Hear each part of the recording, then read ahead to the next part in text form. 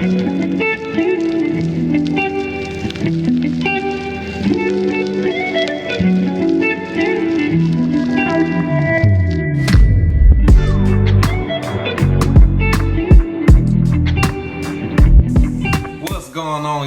what's the word? What is up, y'all? We are back again with another topic for them. What are we going to be discussing on this one, my babe?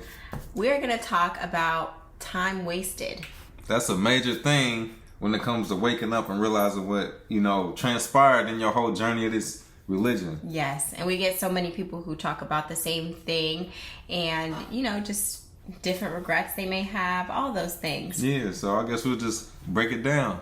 In a nutshell, right, when you look at your time in this organization that we can all relate to, a lot of that stuff you could replace. Like, for instance, me personally, I didn't get them a whole lot of my money, not realizing something within me knew that something wasn't right. But I just didn't feel like donating all my money to them. But, for instance, whatever money you gave to them, you can get that back. And the price is paid. You right back where you were. Yes. Or even, your beliefs. You wasted so much time believing something that's bogus, but you can always have new beliefs. You can grow into something else. But the most important thing that went to waste was our time.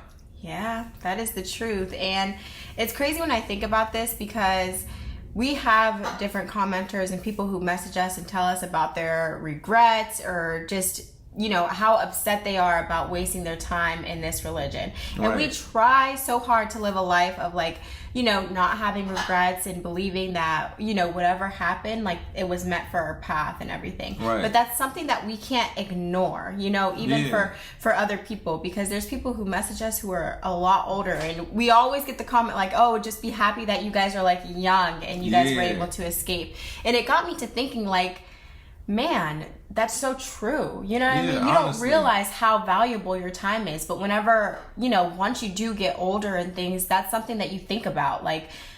How time is one of the most important things that you have, you know? How it went by so quick and you look up and you at this age. Yeah. I even think from my ages of 19 to 25, I'm about to be 26. Yeah, for real. And it feels like it went by like this. I feel like I just got out of high school. That's how your 20s really blow by that quick. And that's how, like you said, us being younger. And even people that aren't Jehovah's Witnesses look at their life, once they become elderly and go, man, where did the time go? But even worse, when you spend your whole life in a cult for no reason. It's not like, most people get to pursue the things they want in life. And they got mistakes, of course. But for the most part, most of them lived a fulfilled life. Yeah. But as a Jehovah's Witness, your life is wasted because you can't do what you would like to do. Yeah, especially if you end up waking up later on. And it's not to say that it's anything that it takes a strong adjustment of mindset to even be, okay with it. But it's totally understandable why people are upset. Right. Because the things that you end up losing while you're in it, it's not just your belief system. We've said it multiple times now, but the time that you spend in there thinking one thing and then having to, evolve, and then you just start to think about all the things that happened while you were in that organization and what you would do differently, now, and all those regrets maybe. Yeah, that's facts. Yeah. And we want to use some examples of just what it feels like when your time is wasted. And this can even be for people who've never been Jehovah's Witnesses, so they can take, their examples and kind of relate it to this. Say, for example, you hire somebody to do a job for you, and time goes by and you realize they don't know what they're doing or it's not done correctly. Like when you got your nails done recently and they did a terrible job. We're going to insert a picture. Yeah. We are going to insert a picture because I was so mad. Yep, because it's I could have spent this time doing something else, or at least getting what I wanted done. Yes. Let's go deeper into that example because I'm just going to tell the whole story, okay? All right. So I got my nails done. I got my toes. I always get my toes done by this girl in Atlanta, and she does great, the nice, crispy, perfect shaping, all the things. Right. And so I went back home to a normal nail salon, and I wanted my toes to match my nails. And I got a tie-dye thing going on my toes. So that's what I wanted on my nails. Right. And I asked the nail artist twice, okay? Not once, but twice, if he knew how to do the design. I showed him the design. He said, oh yeah, no problem. So he gets to starting to do my nails. And I'm Okay. I asked him for a French tip on a couple of the nails, and the French tip looked awful. So I was like, you know what? Just paint the whole thing pink. And then on the other 2 nails, do the water design. And so he was like, okay, that's fine. He had an attitude the whole time. And so he goes in to do the design on the 2 nails, and I'm like, okay, just to make sure you, like, do you know how to do this design? Yes, I do. Like, attitude. I was like, okay. So he gets to doing the design. I already feel like I'm being annoying because I keep asking him, you know, if he knows how to do it. Sure. And he's giving me attitude. So he starts doing it, and he's like making these little blocks. And I'm like, okay, maybe I just need to trust the process. Like he gonna get it together at the end or yes, something. At the end, it's all gonna come together. It did not come together. I can't wait. We're gonna insert the clip of the before, or what I asked for versus what I got. Yeah, time wasted.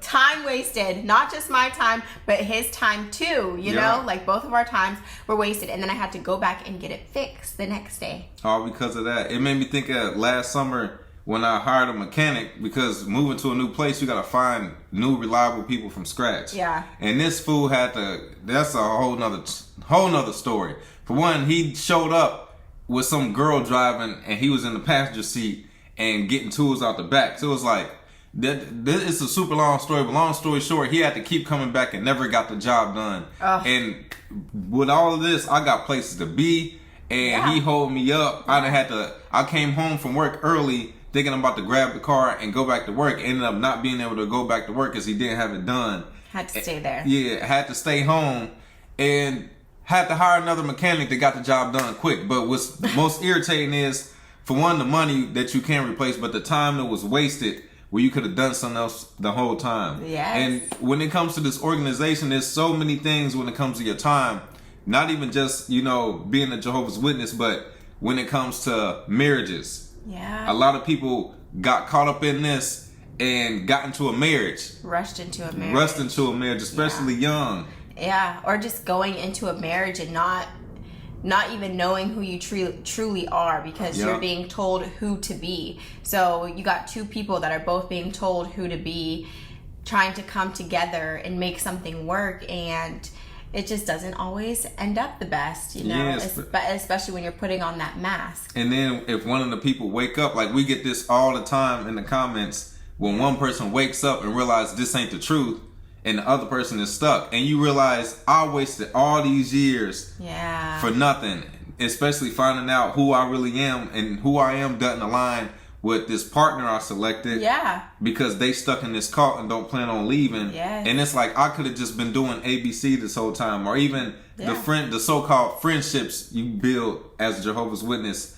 You realize these people ain't even my friends. I'm wasting my time. Or the friends, you know, if you weren't a Jehovah's Witness and you became one and you had to stop associating with certain people, or even your family members, you wasted so much time not talking to these people. Yeah. All for no reason. Yeah. And whenever you touched on the marriage part, even if both people wake up, so to speak, they still may not be in alignment with each other. Right. So they could still both wake up and end up going on 2 separate paths. And you do kind of look back and they're like, oh, okay, those couple years of my life were kind of wasted. And now I'm 1 marriage in and 1 divorce out, you know, for something that shouldn't have been together to begin with. But it's because of the rules and everything underneath this organization that, you know, brings people that aren't always in alignment together. And it's like you said, kind of putting on this fake personality to where because these people are not on their own initiative coming together and being like, all right, let's vibe,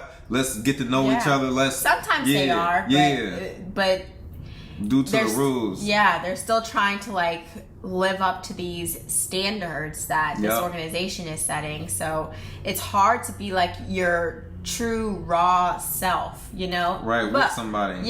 But a lot of the people who have been able to get to that point do end up, you know, either staying together or they do go on their own separate paths. But it doesn't necessarily have to be beef, you know. Right. But then you talked about the friendships too. That's another portion. Like you can be in the organization and truly think like, okay, these are my friends. Like I've known them since childhood, since we were kids, 5 years old, you know. And now just because you want to have a different belief. Yes, or you see the true ugliness about this organization. Now you guys are not allowed to be friends. That's insane. And the sad part, a lot of the so-called apostates were the most genuine witnesses the whole time. And these people that weren't really your friends, you may have been a real friend to them the whole time. Yeah. Just to get stabbed in the back. And it's like, I wasted my whole time trying to be a decent person because I thought we were all decent people. And then it comes to find out y'all not decent at all. And what's the worst part about this organization is that they brainwash you to believe that everybody in it is like so good. Yeah. You know, like, oh, it doesn't matter where you go on this earth. If you go and you meet another Jehovah's Witness, like, there's nowhere else that you can go but this and have this kind of brotherly love. Like, that kind of thing is emphasized and said from the platforms of meetings, assemblies, conventions, like,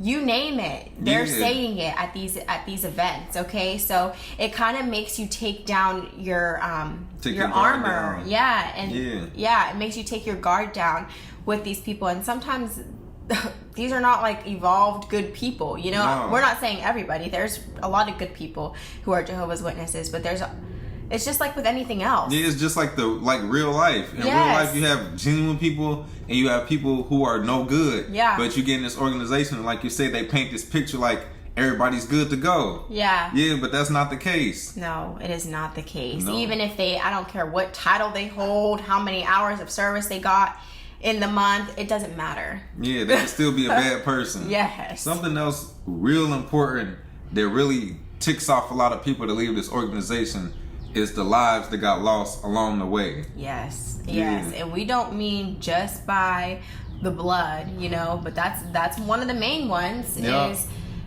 not accepting blood and people literally dying from this doctrine that has no solid basis to stand on, you know, no solid ground.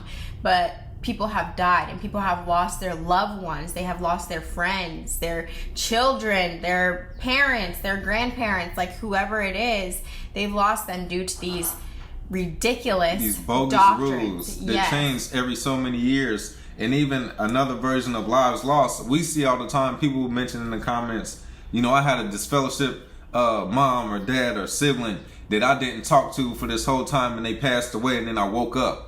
And you realize how much time was wasted by not talking to this person all for nothing. Like in our family with my grandmother passing, she dealt with my mom and went kind of against the rules, but not 100% to where everybody was as close as a family really should be. Yeah. All for nothing. All because, you know, it's a cult. And now all of a sudden you can give a slight little wave and a greeting to a disfellowship person. And something should click with people, which it doesn't in this organization, but it should click to go, wait a minute, so you had the disfellowshipping thing wrong the whole time. People should take that personally, but they've been slapped upside the head and told, oh, don't sweat it. Oh, this is just new light. You just be happy about this, rejoice about this. No, people should be pissed off about this. Yeah, and it's okay to be. It's okay to be. They try to make it seem like it's not okay for you to have normal human emotions when it comes to some of these things because they haven't been in your shoes. They haven't felt that kind of loss, perhaps, you know, or they're so brainwashed by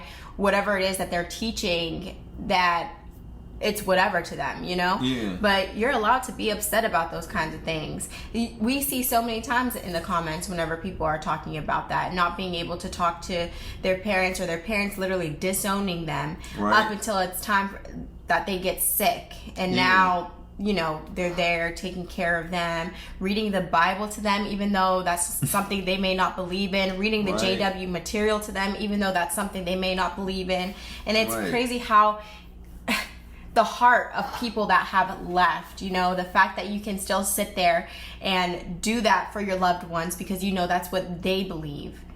You know what I mean? Like there's so many people who have done that because it's what they believe. So you're able to put your feelings, your beliefs, your heartache, like all of those things to the side, to put them as a priority in their like dying days. Yeah, you know something else I just thought of too.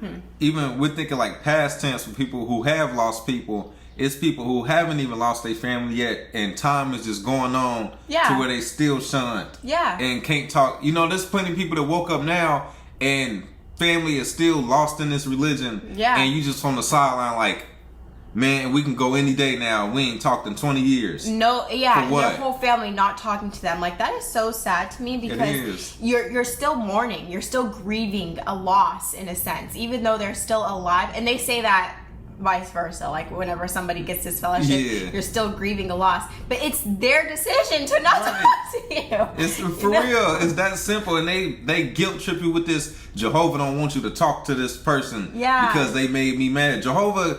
This God should be able to fight his own battles. You shouldn't have to step up and punish people for God. You get what I'm saying? Like, why do you have to... This person was disfellowshipped. Yeah. And Jehovah was the one that so-called made the decision to remove this person. So why do you need to step in like, yeah, Jehovah, we got your back. We about to make sure this person paid. Yeah. And we're going to make sure they feel some remorse. No, that's not your job to... You know what I'm saying? Isn't it crazy how they call Jehovah this, like... loving God and, you know, agape love, but in the same token put other people through so much heartache. And life just doesn't have to be that hard. It doesn't have to be that complicated, you know. And we think about that kind of thing all the time. Like, if people didn't act so sternly and so seriously and actually operated out of love instead of pretending to operate out of love, the world would just be a better place. It is. It's like we always compare it to an abusive relationship. Yeah. A person that's abusive can do the worst things, but say it's out of love. And that's what this organization does. Terrible stuff to you and convince you this is a loving thing. This is Jehovah's loving arrangement. Yes. Yeah. If they lean on you, then they're not going to lean on Jehovah. Well, maybe it's because they don't believe that, and that you shouldn't have to push somebody into a corner to force them to do something. Yes, and to force them to believe in this God. You know what I mean? Like, that's something that comes along everybody's journey. And we say this all the time, but you can find God through many avenues, you know. There's not just this one-stop shop, but that's what Jehovah's Witnesses want you to believe, that it is this one-stop shop. They are the true Christians. Christians are the only ones that are going to inherit God's kingdom. Like, it's just, you know, very stern. And even to where you can't be happy unless you're Jehovah's Witness. Yeah. And a person who has only been a Jehovah's Witness would tell somebody that's not a witness, you're not happy. How you gonna tell them what's going on in their everyday life? Literally. You don't have real peace. How do you know that? It's so crazy, because now that we have left, we see things so much clearer. Like, they say, what, hindsight is 20/20 or something. Yeah. But anyway, like, looking back, I see how I truly felt in that organization. You know, like, all the highs and lows, and I knew if I wasn't operating at a certain level, then I wouldn't be happy in that organization, because you have to be operating a certain way to be happy, for things to, you know, to make you feel fulfilled in that organization. And if you're not operating in that way, no, it's not true happiness in that organization. It's really not. That organization is similar to a drug addict. Yeah. All right, during this time where they are under the influence of this drug, they feel I'm happy, everything is okay. But on the outside, you looking at this person on the corner, they nodding off like this, but in their mind in here, I'm happy, I'm at peace. But on the outside, you were looking like something that's not right there. You know what I'm saying? And the opposite thing about this organization, you are not living in the real world. You don't know the real world. No. Versus that person in the real world looking at this addict. I'm here and you over there in La La Land. And the same with this organization. We have already been in the organization. We are on the outside looking in. And the thing with being inside of this organization, it's like being in the second grade, talking to somebody in high school, saying, no, man, I'm trying to tell you about the second grade. And the person in high school is going, already been there.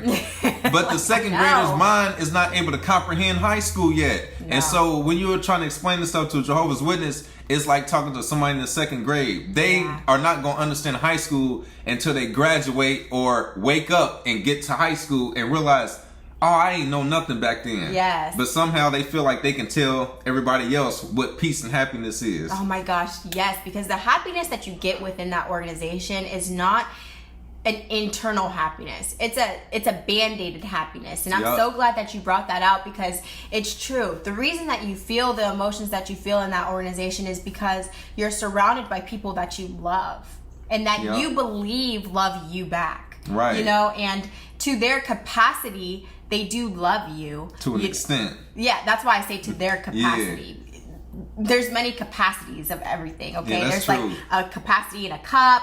There's a capacity, you know, in a gallon. In a gallon. There's a capacity of an ocean. You know, there's different capacities to be able to love somebody. So to them, they love you in a capacity of a cup. That's how much they love you, you know? But once you're out, it's like you realize, man, like I love them to like a capacity of an ocean. Yep. You know what I mean? But they can't fill you with that same amount, because they are taken down by the doctrines that they have to live by. Yep, you speaking of fact. And then the weird part about the organization, they feel like their cup is the ocean just like yours. Child. Like that's the same with my aunt that decided not to talk to me anymore. Yeah. Oh, I love you.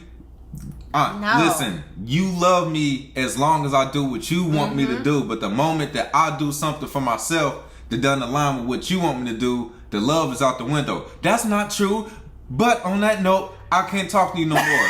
That was literally how that conversation went. Literally, okay, you just proved my point that as long as I'm not doing what you want me to do, the love is out the window and you can't talk to me no more. Like somebody that I love, I can't just stop loving them, you know, and stop talking to them just because they choose a different life path. Now, I don't mean like a terrible one where they're like murdering people or hurting like, people you know, in general. SA and things like that. Like those things, it's like you have to heal that all on your own. But if they're just choosing to live by different beliefs, that's just, I don't know. Especially when it brings them peace and happiness. When somebody is like, look, I found something that works for me. And especially when they're not pushing it on you. No, ain't nobody trying to force you to align with what they doing like you would do. It's just like, hey, you have fun over there. I'm happy. I'm everything's going great for me. And you sitting there mad at them. Oh, I ain't talking to you no more then. Yeah, because this is who we are. Like, we are Jehovah's Witnesses. This is who we are. And that's their whole character. And it's like, that's who you are. But I'm not a Jehovah's Witness. And their mind is still that hope. All right, what can we try to get them to come back? I'm not going back. Yeah, the fact that they have to push you into a corner and take away all of your love, all of your resources, that is what's so mind-boggling about this religion. Because anywhere else you can, well, not anywhere else, but a lot of other religions, you can leave and go believe something else and still continue your relationships with people from this church over here, you know, and it's not that big of a deal. They're not tripping on it. Yes, but there's a lot of these high power control religious groups that are like this, and if you don't believe what they believe, you're excommunicated. There's consequences for not doing what we want you to do. Yeah, and along with the loss of people, not only do you lose people through blood or just from time and getting older, but people have literally offed themselves because of this religion. And that is what is so sad to me, especially with us leaving and now being on the outside and like realizing, you know, there's light and that everything will be okay. I can't imagine like life just being that dark for somebody to where it takes them there. Because it's that in between. You don't wake up and immediately find happiness. No. You find darkness before the happiness. Yeah. And a lot of people get so stuck in the darkness of when they first wake up that they don't realize that on the other side of this wall, it gives the example of somebody, it's like a dirt pile and somebody's digging.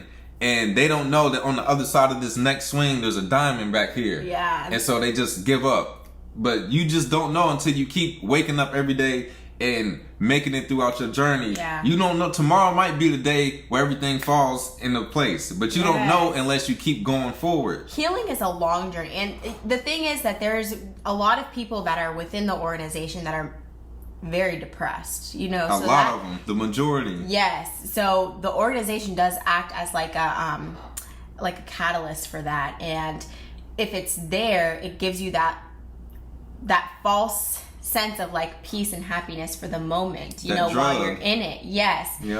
So if that's cut away from you, now you're left with just the darkness. Yeah, now you're going through withdrawal. Yes, and you really have to like work through that. And if you don't, I saw a video on Instagram about like what healing, what people think that healing is versus what it really is. Yeah. And it was like a cup of like black dark water and them running like sink water in it. Mm-hmm. And eventually at the end it was all clear, but it took a long time. It didn't just go from boom, being like a dark cup to now being a clear cup. It was like it turned all shades of brown, all shades of black, then it turned into the clear cup. And that's what healing really is. So it takes time. And that goes for anybody, not just people who have left the organization, but that's just what we're talking about. You know? Humans. Yeah. Something else that I think ends up being a huge regret for people is their dreams and their careers that they never delved into. That's by far the worst, especially people that are up in age and their careers were something they want to do, and they fresh out of high school or something like that, they 20s, 30s, maybe 40s, and now they looking back and it's like, my basketball career over now. Yeah. You know, my time being a musician that I love to do. Some people became Jehovah's Witnesses later in life, or maybe not, but maybe had a talent before becoming a Jehovah's Witness and gave it up. Yes. Or they were just naturally talented and they were talked into trying to use those talents for the organization instead of being able to use the talents and how they viewed fit, you know? Because it's not welcome for you to have like your own mind and your own train of thought. It's just not welcomed in that organization. We know many brothers. He passed away. You know, I can say this because if his family is watching this, that's a good thing because they waking up. But Billy Daniels from Dayton, Ohio, when he had passed away, he was an elder, and his funeral was wrapped around the building with people, not just Jehovah's Witnesses, just people from Dayton that knew him. Wow. He was such a great athlete when he was younger that he could have been an NBA player. Like, he was that good, like with the Dr. J's and, you know, the Magic Johnsons back in that day. He was that tier level, but him being in this organization, he gave it up, and that was always applauded, you know. And things like this, he could have been, you know, a basketball player. My uncle that, you know, has always been athletic. Even to this day, if I was to play my uncle one-on-one in ball, it wouldn't be an easy win. That's if I could beat him, because he was somebody that was hard to beat. He was, and my mom and everybody always said, Uncle Kurt was always an athlete. Ever since we were kids, anything he tried, he just was good at it. I totally believe that, because I see how you are, and I'm telling you, like, anything that he tries, I just feel like he just naturally clings on to. So I can only imagine, like, if you're saying that, then I believe it's true. Yeah, like everything he wanted to play, and he always would get triggered and upset during sports, and his temper would come out. And he was competitive. Yeah, he was super competitive. And what it was, somebody had brought out when I was talking about this situation, they was like, maybe it was something in him that it triggered because he never got to explore his talents. And he had that reputation among witnesses that he was super good at sports. Yeah. And that happens to so many people like that just had to give up everything, you know, that they wanted to do. And remember one time we covered a video of all the celebrities that thankfully didn't listen to that bogus stuff. We'll roll through some of them. Miguel, the R&B singer, of course, Michael Jackson. the biggest artist of all time. Imagine if we didn't have Michael Jackson. Come on, for real though. You know, Serena Williams, she just got baptized after her careers, you know, towards her retirement. People like that. It's so many celebrities. Ja Rule, Cat Williams. Cat Williams, like, come on. It's so many celebrities exhibit. All these people that just said, you know what, I ain't about to do that. Kevin Garnett, one of the greatest basketball players of my generation, watching people play ball. Thankfully, they didn't listen to this stuff and they pursued their careers, but we would have missed out on so much if they would have followed these rules. Yeah, this religion is something that really tries to keep you in a box. Like, they don't want you, because they believe that going after your dreams and things like that is like working for the devil, kind of. Yeah, you know what I mean? You gotta like trade something. Yes, because this world is of the devil's. So if you're trying to live out your dreams, then you are ultimately trying to be like worldly. Yeah. You know, and we don't subscribe to that. Like, live out all of your dreams, because you don't want to have to be on your deathbed and having a million regrets. Or what you wish you would have did. Yes, and that's if you live to like an older age. But at least while we are here on this earth, why not try to do everything that it is that you want to? Yeah. Why? And it's even worse if you compare a young age to an old age. Yeah. Somebody only made it to 29, 30. You should have went all out. You should have did everything you wanted to do because it was so short-lived. And this is just us setting the scale of big careers. Yeah. So many witnesses, we did a poverty episode. Yeah. So many people just gave up on a good job that may have had them missing field service on a Saturday. Yeah. And pick this job that paid minimum wage and they got to struggle. Yeah. Nonstop because it's wrong to pursue, or they may have been able to go to college or learn the trade that may have taken up a meeting during the week. All for what? Now they got to struggle. This is the thing. This organization loves to glamorize the struggle because it goes with their agenda. If they're able to glamorize the struggle of you being out there in the real world and, struggling to pay your bills, and it gives you more of a drive and a want for this peace that they are promising in the future. Yeah. So it makes you want to work within that religion even more. You know what I'm saying? Versus if you have the things that you want outside in the real world, then you look at this religion and you're like, I'm good. I think I'm good. And that's where I think I'm good. I'm pretty at peace now. For real, and that's what happens when people actually take the time to leave. That's why they stay on you. Yeah. You got to be at all the meetings. You need to be reading nonstop. Your personal study, your family study, your Bible study. They keep you so occupied because if you slow down and still find peace or even more peace, you realize I don't need this no more. That's exactly it. Because the harder the real world is for you outside of this religion, the more that the Kingdom Hall looks like a safe haven. Yep.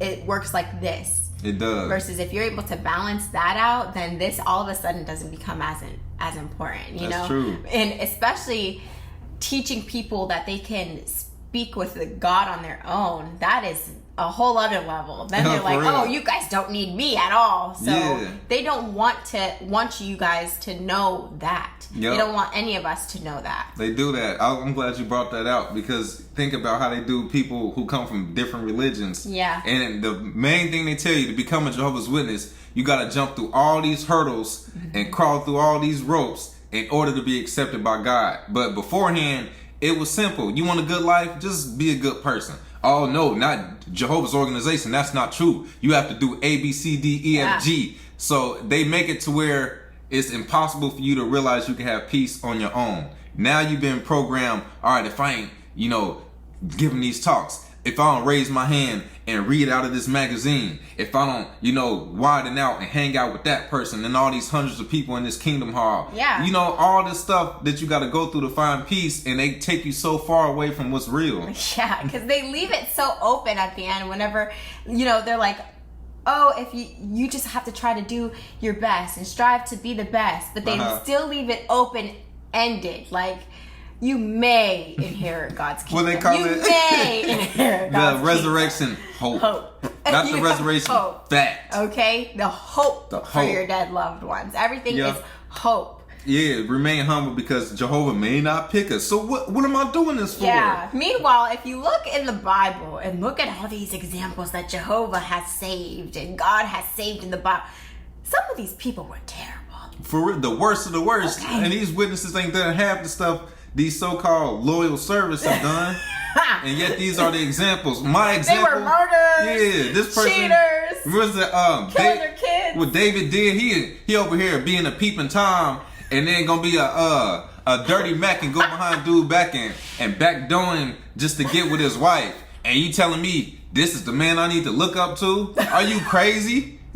So let's be for real, okay? Yeah, this is my example, man. If somebody else do that, they be sitting up in Rikers Island somewhere. Yeah. You talking about this is the example that Jehovah put. Man, get out of here. Yes, but they leave it so open-ended at the end, like, oh, you may get in here. It's all God's choice. God can read hearts. But yet, you guys are trying to act like you can read hearts, Yep. because you're trying to control everything about a person's life just because they want to go and be a singer and sing, whatever, sing wherever, whatever, in front of a bunch of people. Does that make them a bad person? No, but you guys try to make it seem like they are. Yeah, they're the worst. Right. So yeah, y'all, this is why apostates are upset, okay? Literally. And the worst part about these Jehovah's Witnesses, the ones in our comments, of course, you second graders with that second grade mindset who swear up and down they know why people are apostates. And it's all the time, oh, you guys are just hurt. You're bitter. You're just bitter. You know, Jehovah still accepts you. Y'all don't get it because we are in high school and we already been to the Kingdom Hall. We already sat in second grade. We know what 2 + 2 is.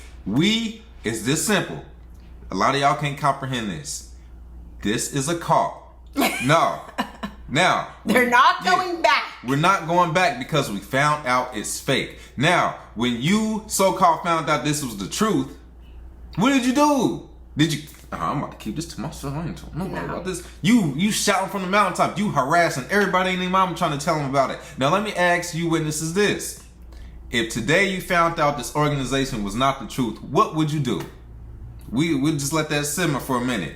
Because we know what we did. We know what we did.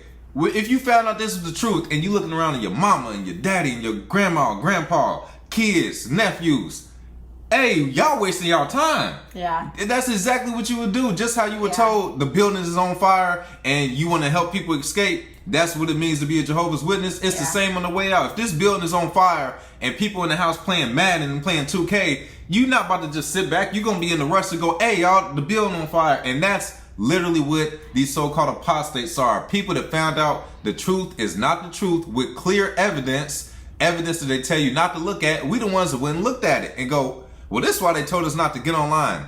Makes sense. I'm not about to be quiet. I think I should warn other people. And that's why we make these videos. And let's not forget, we are a very small minority that actually talk about it on platforms. Right. Like on TikToks. And most people end up staying anonymous because they understand what comes the with consequences, what comes with it. And a lot of people just leave peacefully, work out through their healing, go get some therapy, and they still lead very happy lives, you know? Yeah, we are a very small minority that decide to come and speak out. But we're happy to see other people speaking out because it brings more like awareness to it. Yes, brings more awareness. And it's all about your journey. Like you said, some people are not in a position to where they can speak out. Or they just don't want to. Yeah, or they just don't want to. And like we had somebody, the comments all the time, I forget her name, but she woke up and she already had family that wasn't witnesses. It was like, I'm out, bye. Like I don't owe y'all no explanation. I don't have to get on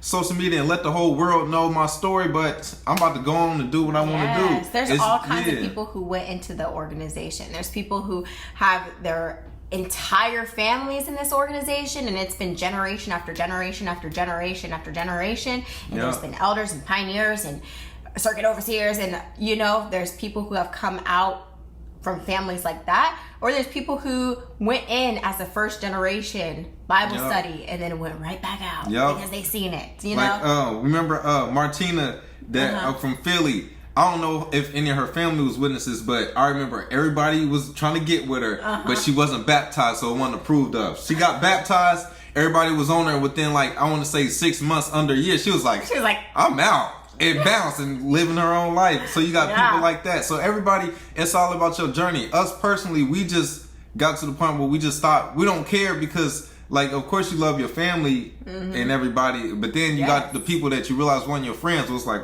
cross them off the list. And at some point you realize it's you at the end of the day. Like, you have to live with your own thoughts.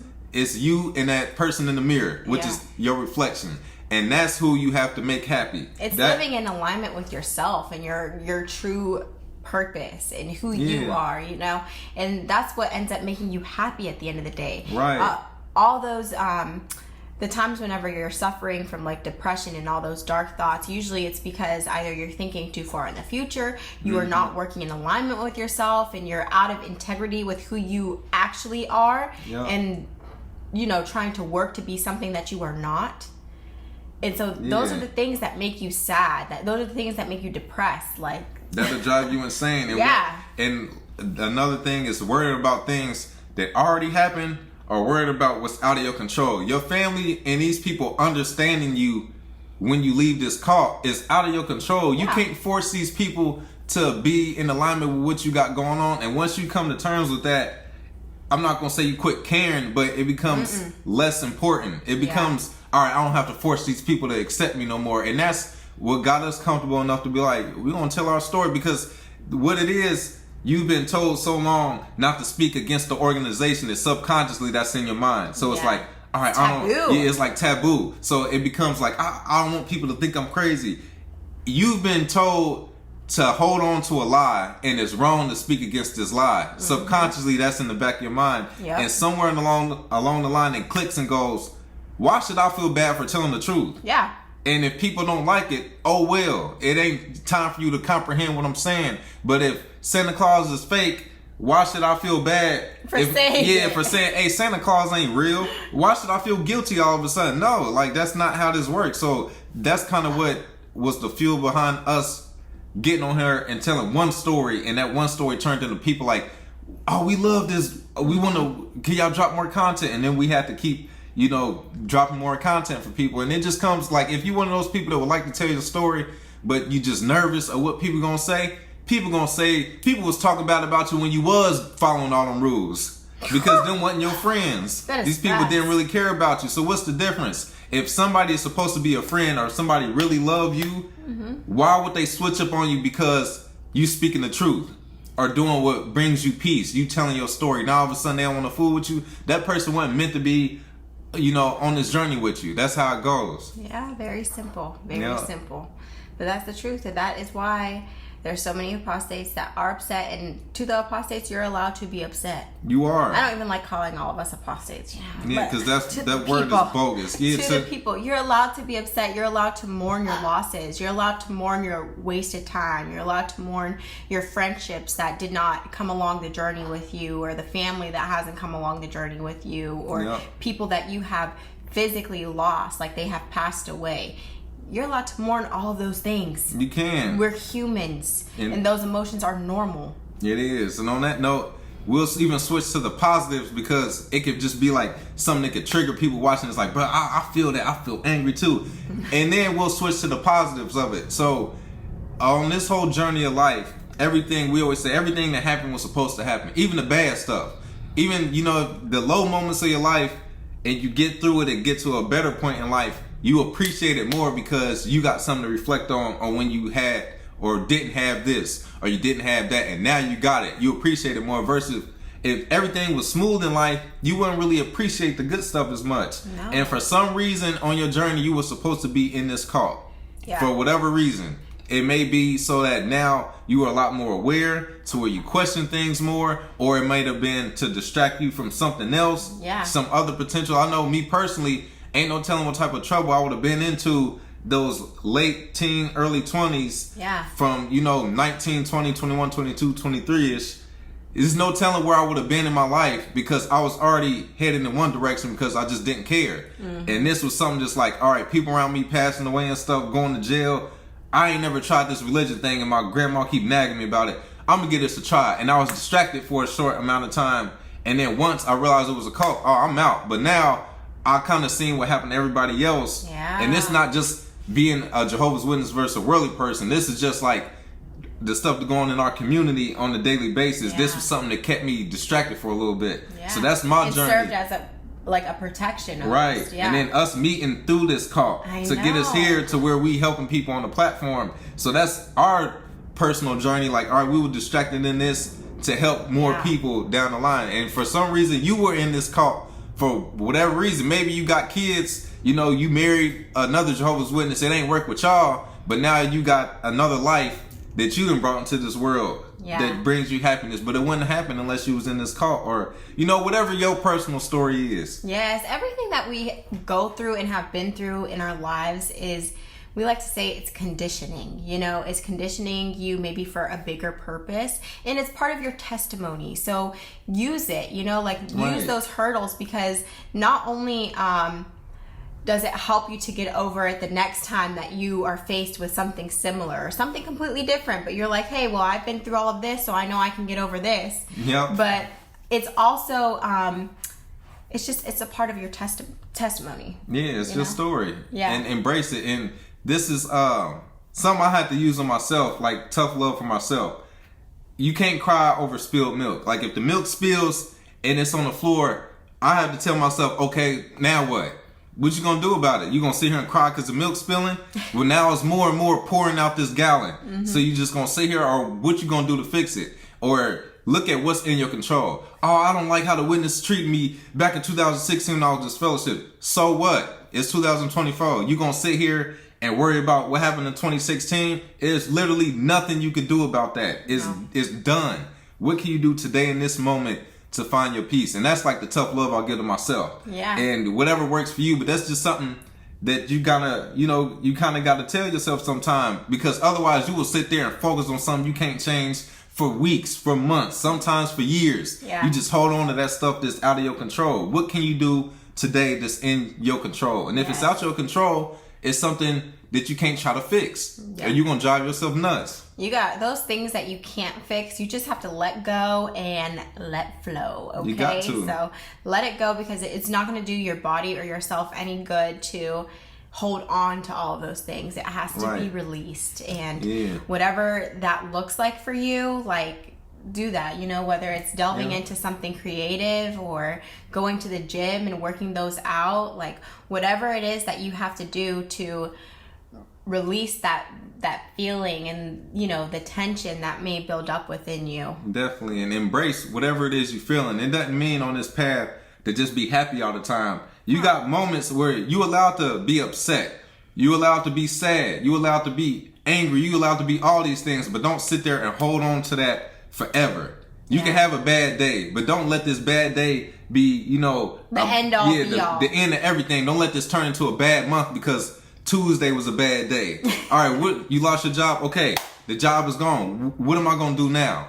Just little things like that. What do I do to find some type of peace? Because you're not going to always have the answer right there on the spot. That's the fun thing about this life thing. Is like a video game. That's my best way to explain it. When you play a video game, the best part is not when you beat the game, because when the game is done, it's like, damn, I gotta wait till they drop another 2K now or another Grand Theft Auto. The best part is when you're going through these levels. Even though at the time you be like, man, I'm losing. Man, I'm turning this game off. I'm done for the day. All right, but what happened? The next day you jump right back on the game. You trying to beat it again. Yep. And once you make it through all these levels, you look back like, man, I did that. It took me 20 tries, but I got through it somehow. That's the exciting part about life. Even though in the moment you may not enjoy it, but everything you overcome becomes your testimony, and you get to share this with the next person that's playing the video game. You're like, oh man, it's alright. You just gotta go through ABC and then you be okay. Yeah. That's like the whole purpose of this life thing. We pass it down to the next generation and the next one. How do we know that? Because we hold on to a lot of the things that we learned from older people,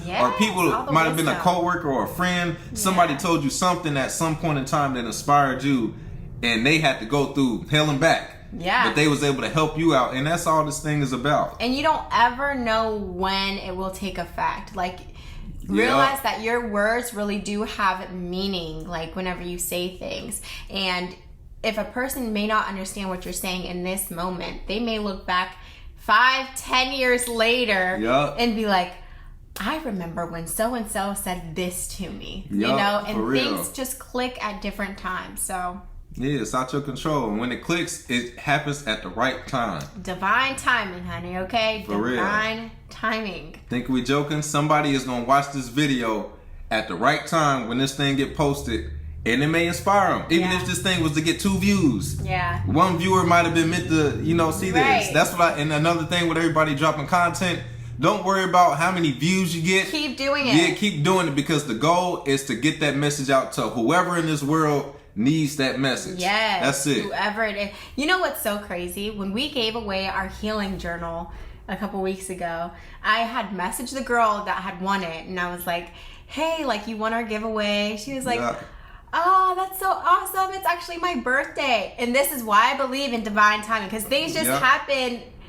How often does something like that happen? You know? Like reaching in the hat, in the bowl, pulling out a name, and this person on their birthday, and this is a gift. Yeah. Right on the spot. Yeah, like you just never know. You don't. But hopefully this was able to, of course, take us back in time to something we can relate to, and then also give us a solution. That's what we want to do with these videos, is the solution. Yeah, and catapult us forward. Like, whenever, like a catapult, you get dragged back and then you get launched forward. So even farther than before. Yes, and those are things that we like to do this often, like reflect, because although it may take us back to those feelings and, how we felt while we were in there, it also helps to catapult us forward. Yeah, that's one of my favorite Dolph lines. First, think about where you at, and then think about your past. Like, look at where you at, and then look backwards, and then it'll make you appreciate right now a lot more. That is the truth. That's the truth. But on that note, we got our healing journal. We're gonna tell y'all every episode. It's in the link. That's the PMO version, and that's the I guess we call it regular. Rebuilding from a cult. The regular version, the PMO one and the regular one are the same thing, just different covers. It's just that some people are not able to openly read this stuff. They may be in the household of Jehovah's Witness or something. Yeah. But it gives you the step-by-steps. That's in our link. And our Instagram, keep hitting us up on there at Awaken Truths IG. Yep. And shoot, what else they got to do? Don't forget to like, comment, and subscribe. And we'll catch y'all on the next one. Peace and love.